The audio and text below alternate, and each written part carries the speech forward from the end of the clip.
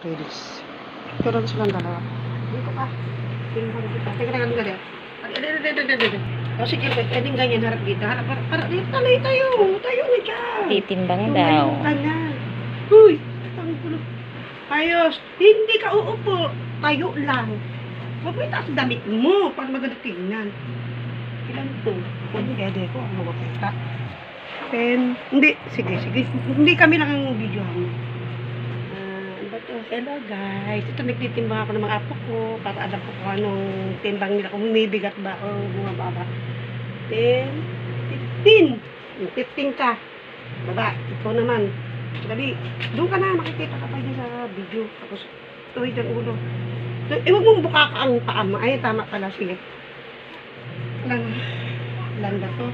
Ito naman ang kanyang kapatid. Kasi galing sa sakit. Kaya minumonitor ko ang timbang nila.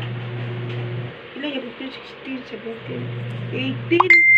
18 siya. Di 15 yun. Ilan lang dinagdag. Magaan siya. Okay na po. Walang laman niya kay Ate Joy yan. Ayun na po mga